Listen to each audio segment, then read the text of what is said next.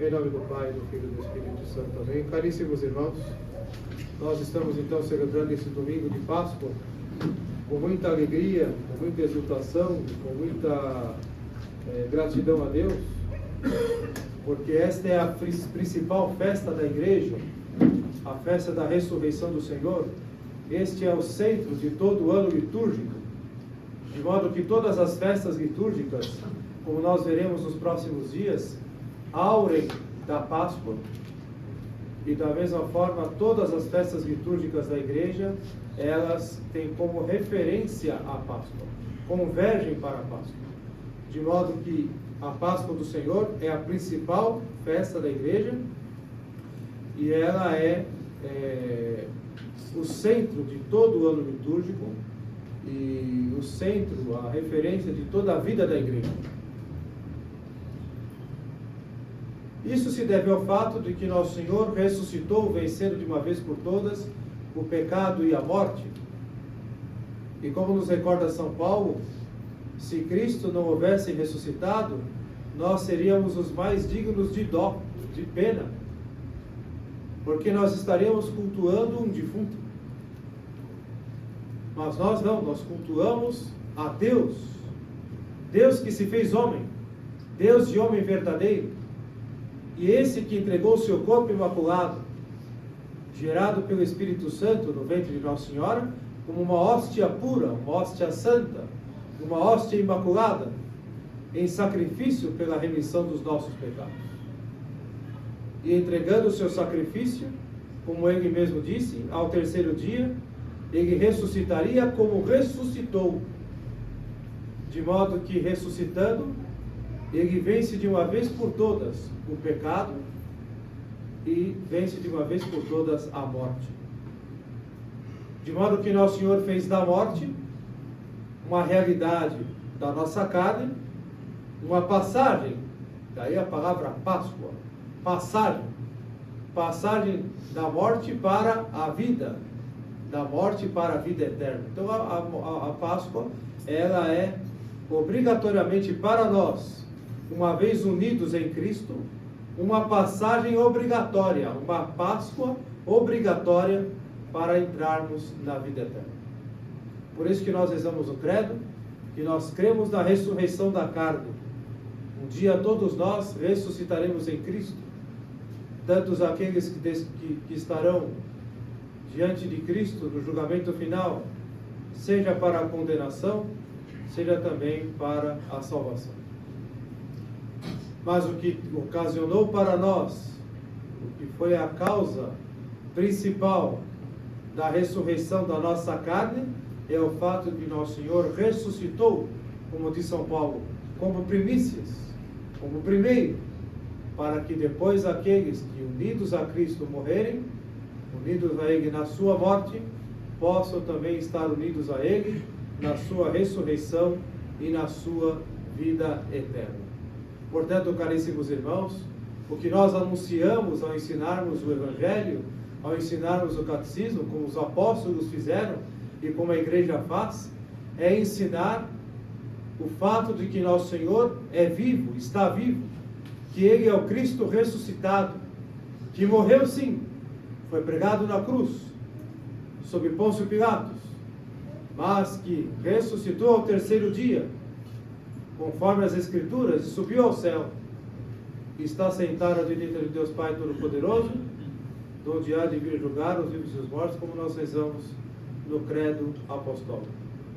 Portanto, a igreja se alegra neste dia, é festa em toda a igreja, porque esta é a festa que é a causa da nossa esperança, ela é a garantia do céu, da vida eterna.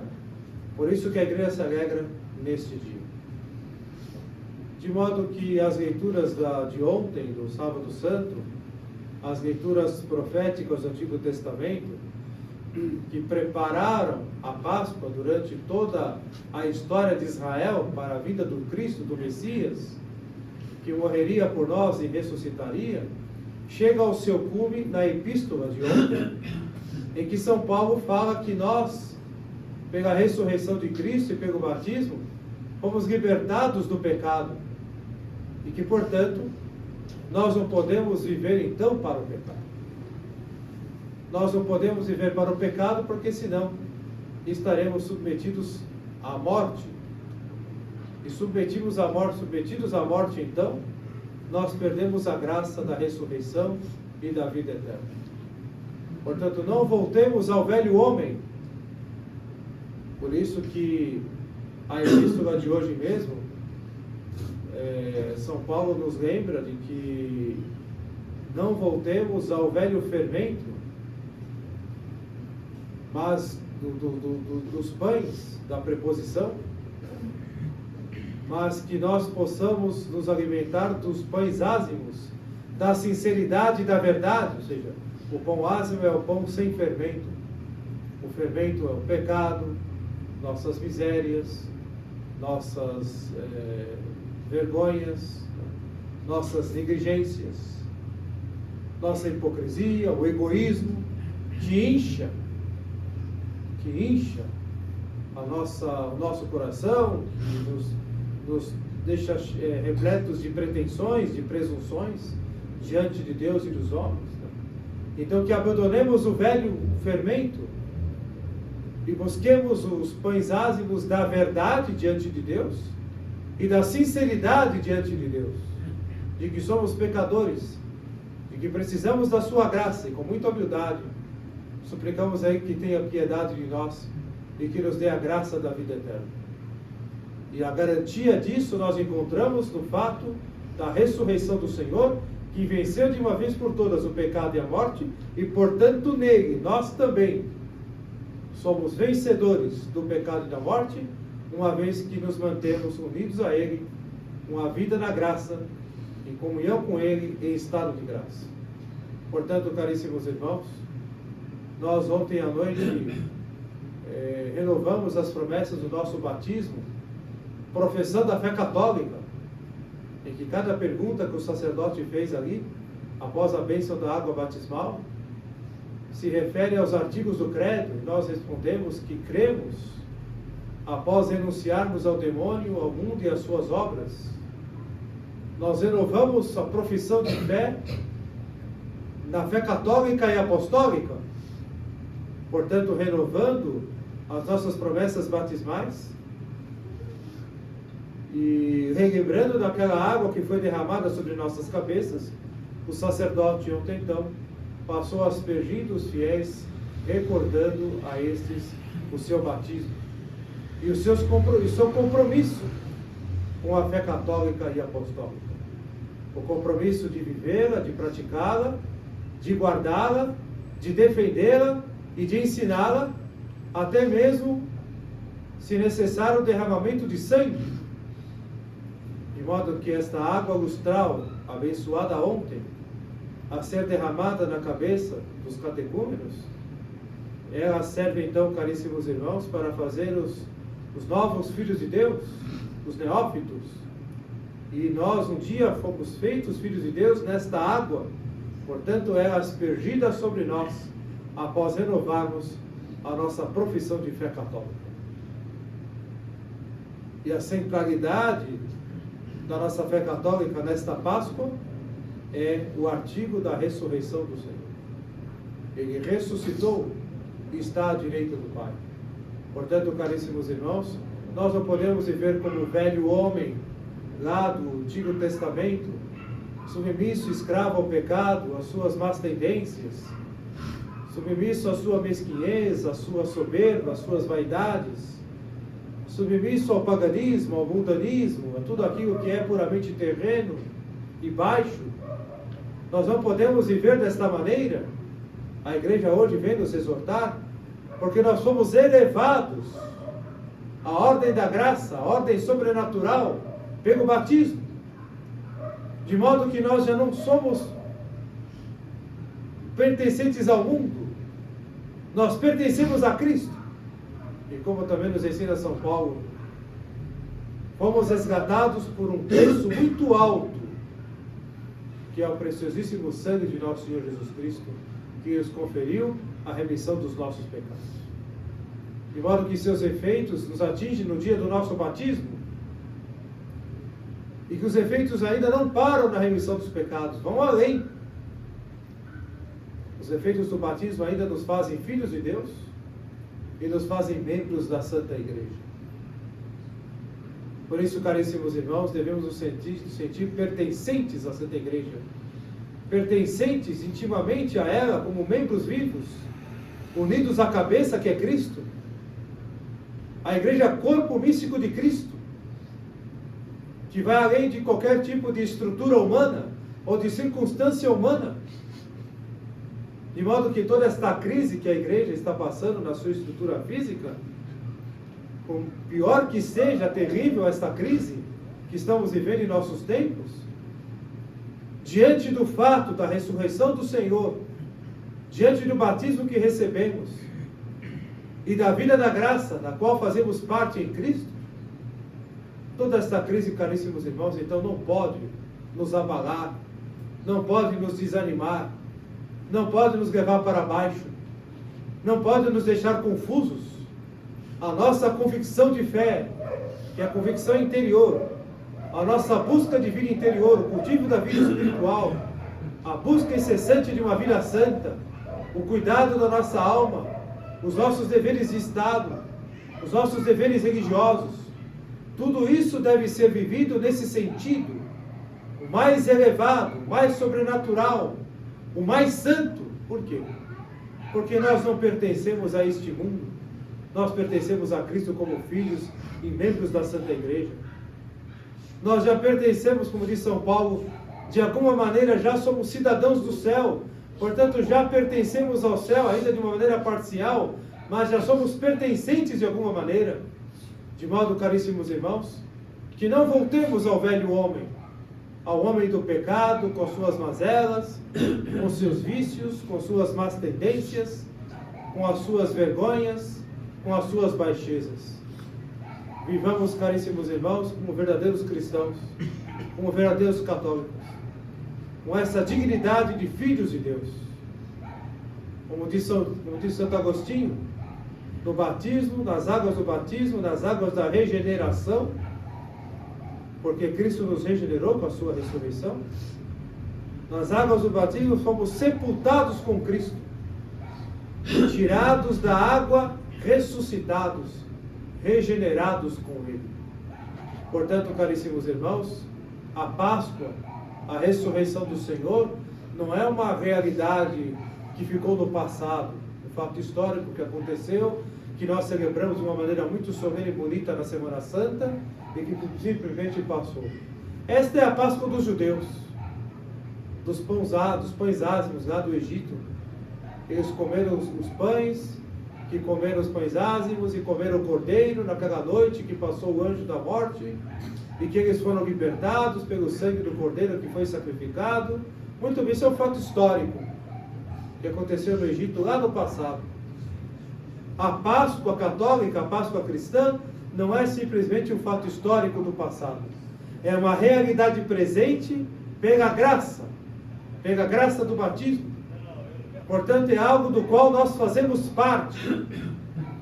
Não é algo que nós só recordamos porque aconteceu no passado, não.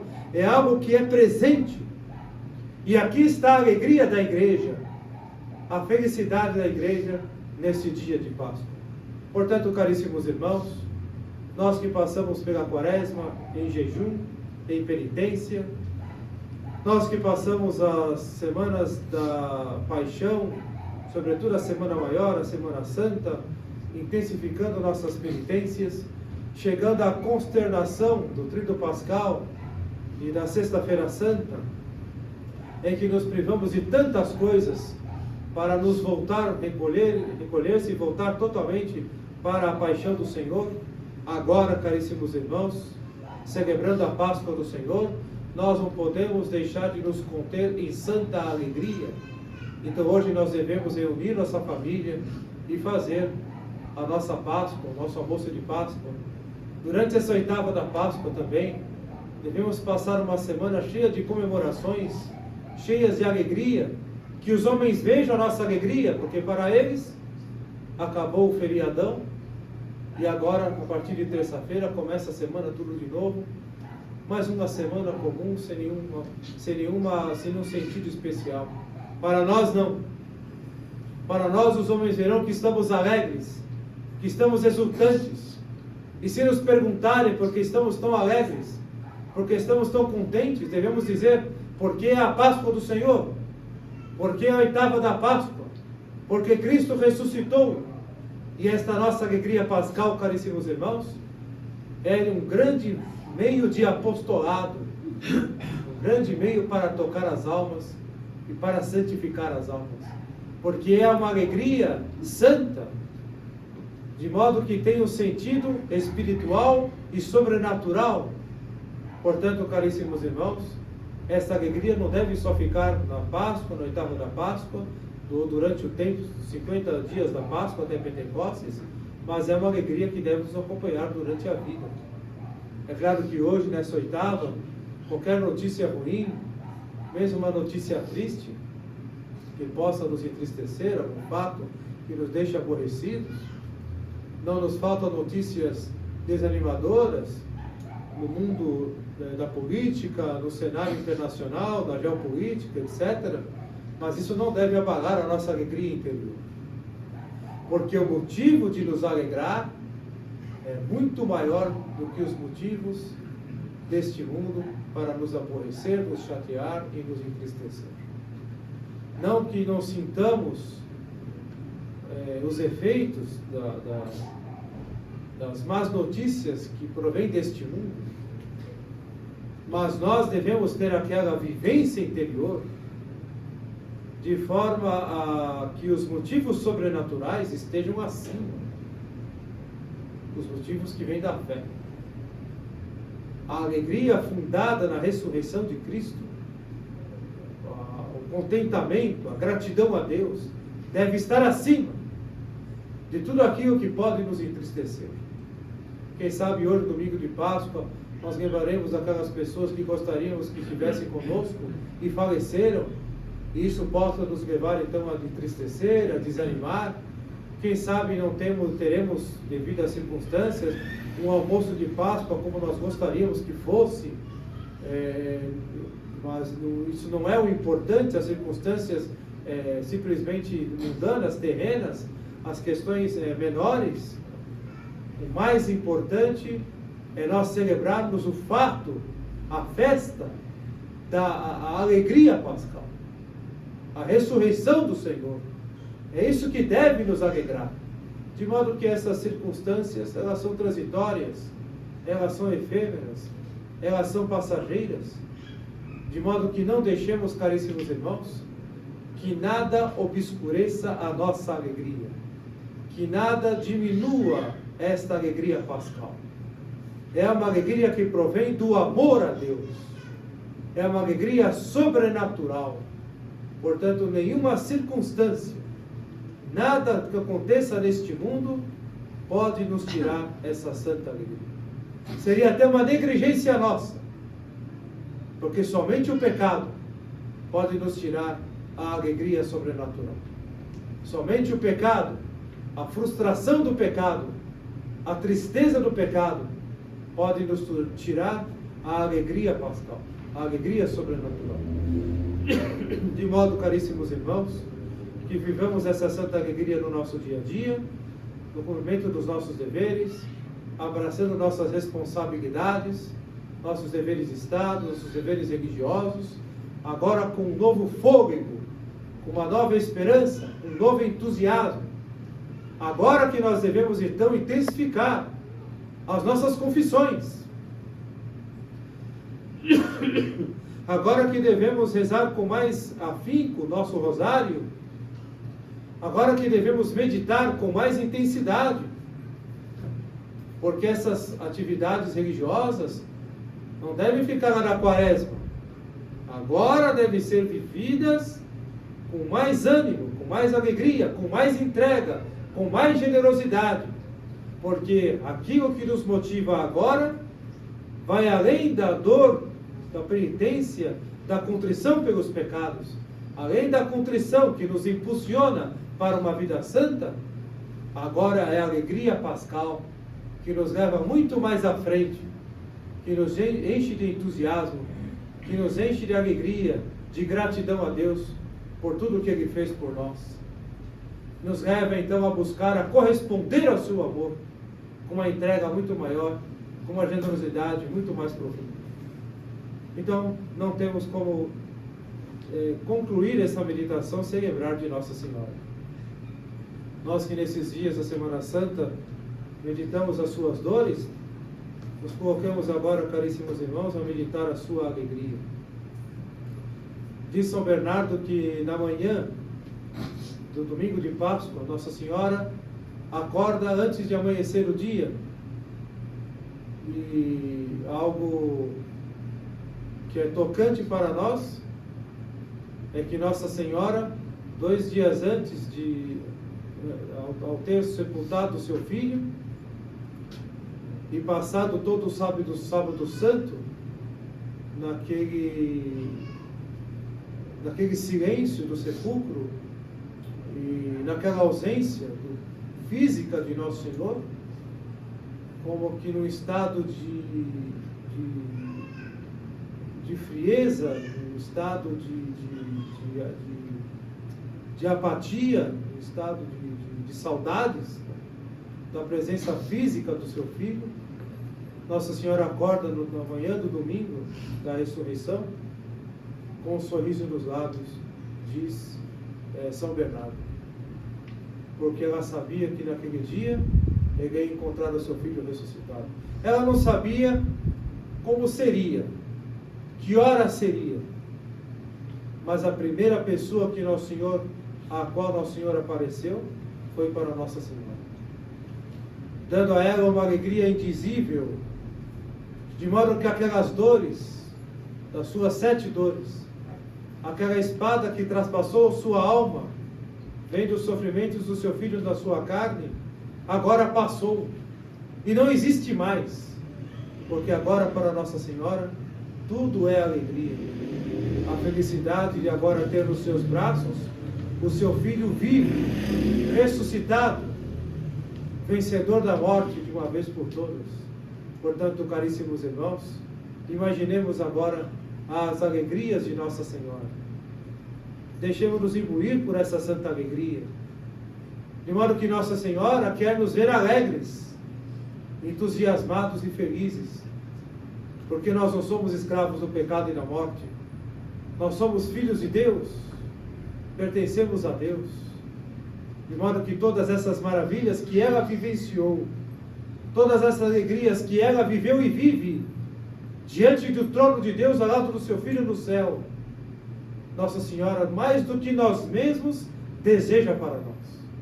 Portanto, caríssimos irmãos, nesses dias, rezando a nossa antífona com muito amor, cantando, rezando, a Regina Celli, ao meio-dia, que substitui o Ângelus, o nosso terço, a visita a Nossa Senhora, os nossos atos de amor a ela, todas as nossas manifestações de piedade mariana, façamos com muita gratidão a Nossa Senhora, façamos com muito afeto filial a ela, e contemplemos as suas alegrias, e deixemos que essas alegrias inundem a nossa alma. Portanto, peçamos a nossa Mãe Santíssima, caríssimos irmãos, que ela nos inspire santos propósitos para esta Páscoa. Propósito de uma vida renovada, propósito de uma vida santa, propósito de uma vida divinizada. Então peçamos a nossa Mãe Santíssima que abençoe essa nossa Páscoa, que abençoe as nossas famílias, que abençoe as nossas intenções, que abençoe os nossos deveres, nossos trabalhos, que não nos deixe faltar esta alegria pascal, que não nos deixe faltar em nossos propósitos esse grande entusiasmo, esta grande prontidão interior em servir a nosso Senhor segundo a sua vontade em tudo aquilo que Ele nos pediu. Louvado seja o nosso Senhor Jesus Cristo. Assim seja louvado.